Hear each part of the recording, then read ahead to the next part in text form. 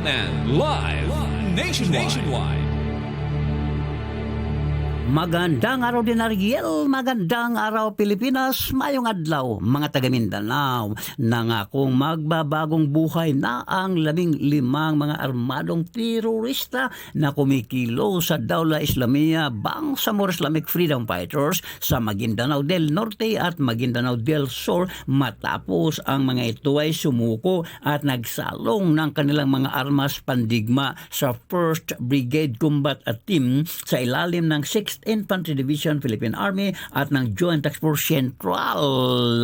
Ayon pa kay Major General Antonio Naparite, ang komandante sa 6th Infantry Division at ng Joint Task Force Central na siya ring acting commander ng Western Mindanao Command, malaki ang naitulong sa 1st Marine Battalion Combat Team sa pagkumbensi sa may 15 mga surrenderies. Sinuko din ng 15 mga dating terorista ang kanilang mga assault rifles, mga grenade launchers, improvised explosive devices at ang 40mm grenade launchers. Sa tala ng 6th ID, umabot na sa bilang na 1,468 mga kasapi ng Dawla Islamia Bangsamoro Islamic Freedom Fighters ang sumuko simula sa taong 2021 sa Central Mindanao. Will Ramos, CNN Robing Reporter ng Mindanao Radio, Kalikasan, Ningog City Base, nagulat ng live para sa CNN Pilipinas.